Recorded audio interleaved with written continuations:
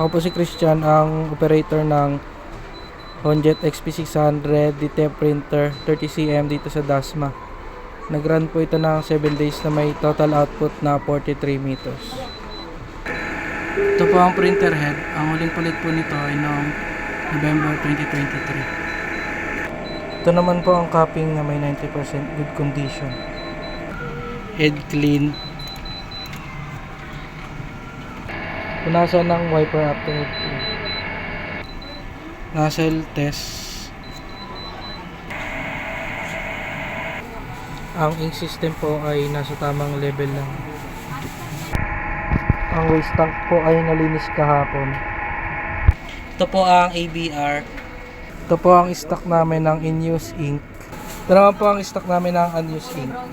Ito po ang DTEP powder.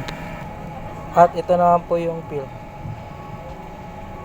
Ito naman po ang nagamit namin ng CMYK DTEP white, cyan, black, powder. Ito naman po ang printer daily checklist.